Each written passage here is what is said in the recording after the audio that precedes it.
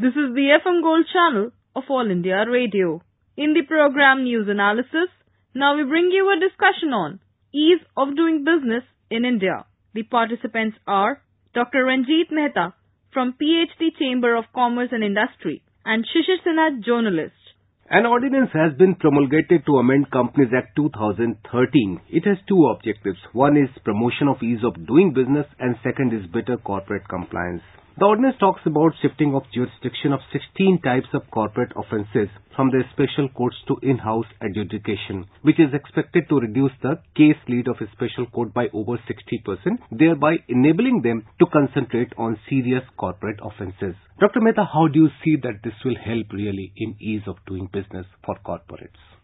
See, what happens that in companies, in very small cases also, sometimes the directors and company people have to go to courts. And so in this section, various cases where they don't have to go to the courts directly, so it can be adjudicated within the company premises, within the stipulated rules by the company. So that will in fact make it easy for the company, and this will also in turn help in ease of doing business, because what happens that companies focus is of course on doing businesses, but apart from that, abiding by all these things takes a lot of time. This is a very good decision and it will help in ease of doing business for companies for sure. And how do you see from the compliance point of view? Because most of the MNCs, whenever they come to India or whenever the companies who are expanding their business in India, one thing which comes into their mind is the compliance issue. If there is no such kind of blockage that you just need to adjudicate at this level,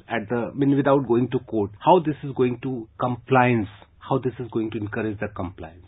Compliance is a big issue in India. Of course, it was a big issue in India. Now, with this provision, what happens that most of the companies who are coming from abroad, they really focus on doing business.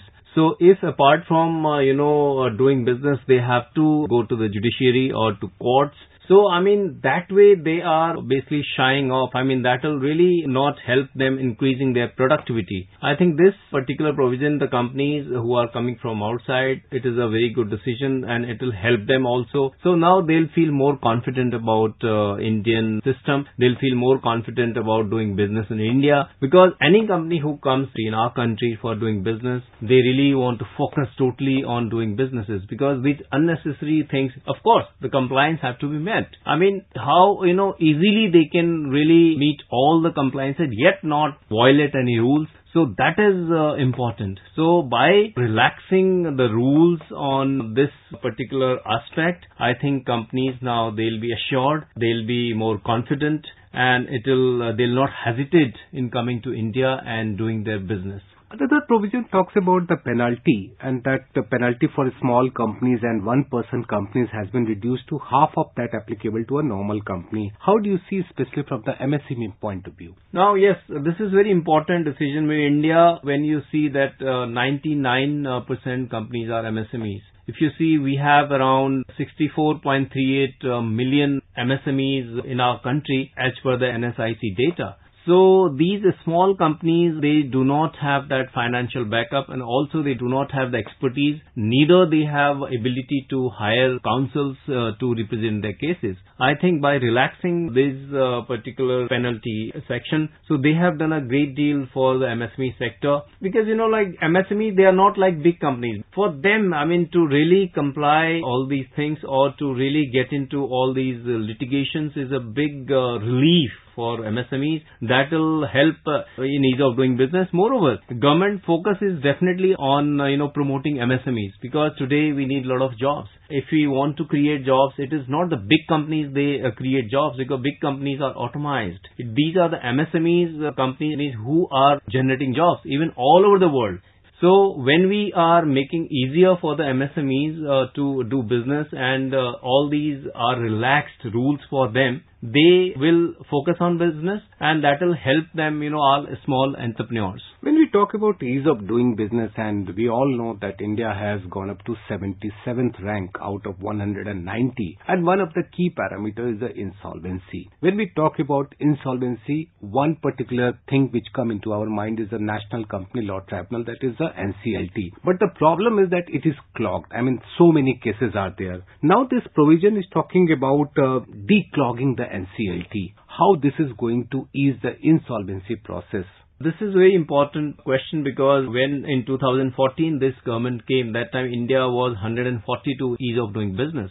So then it came to 131, and now it has got 53 notches up. So that means it is 77 right now. In last 2 years, apart from Bhutan, there is no other country in the world which has achieved so much in ease of doing business. Government really deserves compliment for this. And you talked about especially the insolvency and the bankruptcy code. I think this particular, which has been the companies which are going in NCLT, and this with the bankruptcy code and insolvency code, this has done a great deal for all companies who are doing business in our country. Now, another issue is that most of the company face is the amendment in their financial year thing. Now, this ordinance has vested power in the central government to amend the financial year for a company. From a company point of view, how this is going to help them? You see, here when the central government has a power to amend the financial year for the companies, all over the world normally it is from 1st of Jan to 31st of December in most of the countries.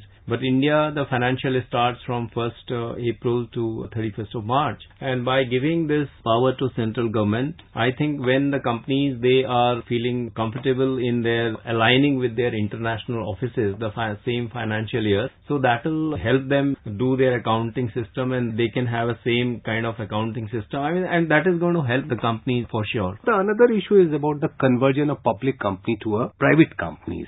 Do you think that this will also help in a company to do their business in a proper manner? Converting a public company to a private company, this situation comes when to some investors, they want to have the control of the company, then they want to convert it into the private limited company due to various reasons.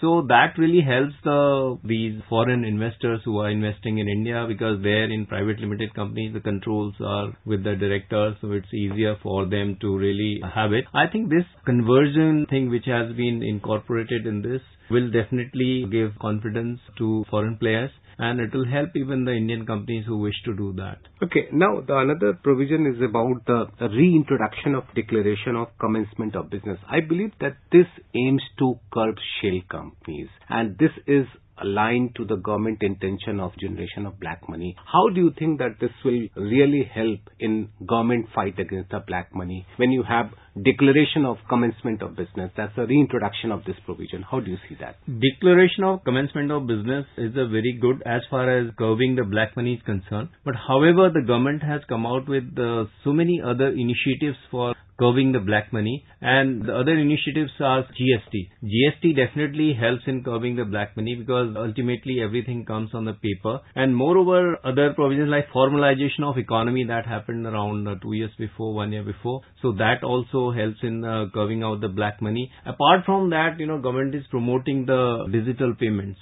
So these digital payments and everything is linked with your PAN card and all. So all these steps have been taken by the government to really help in curbing the black money. So this particular step also is in the right direction towards curbing the black money. I think that the black money has been curbed mainly by formalization of Indian economy. That happened due to demonetization and other steps the government has taken. GST and e-way bill have done a great deal in curbing this. And then automation has also made it difficult for generating the black money. And with all these steps, I think the foreign investors, they are having a lot of confidence in Indian economy. And the way right now we are in the 77 spots on ease of doing business, this is a great achievement for us, because from 142 to 77 in just 4 years time, in a very short span of time, that has been seen as a very progressive step by Indian government, because this needs a political commitment, and also the support of all the states is also essential in this. Ultimately, the work is being done in the states only. And when you see the construction permit, any company which comes to India right now, we are at the 52nd spot in as far as taking, construction permit is concerned. And 4 years before, we were 182. So these are the steps which have, and even getting the credit. Getting the credit was very, very difficult many years ago. Now getting credit, we are around 22nd spot. So incorporating a company is also very easy in India. Now the rules are being simplified. The biggest, I think, achievement acquiring the construction permit, and because all the states now, they are coming into single window clearing system for construction permit. So these small steps, they have really helped India getting this is 77 spot. And secondly, protecting the minority investors. Protecting minority investors, it's a very, very important feat that we have achieved, that anybody who is a minority investor who is coming in India, their interests are protected. And that is the only parameter where we are under 10. That is the only parameter. Yes. We have maintained 7th position in protecting the minority shareholder. Yes. I was coming to that point because we have a very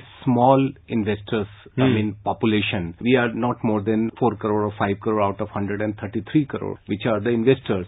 So more and more investors, if they feel protected, then they will participate into the capital market activity, and that will help the companies to raise money at the easy term, at the cheaper price. Yeah, how do you see that? See, this is very, very important step, because we need money. India is a developing country, and we need money for our infrastructure development. We need money, the kind of vision the government of India has to making it a world-class infrastructure, where more than $1 trillion investment is required in coming years. So to do that, I think we really need foreign funds as well, because government doesn't have that much of money. And when people feel that, people from abroad, they feel that, foreign companies, they feel that their interests are protected in our country. So definitely they would like to invest.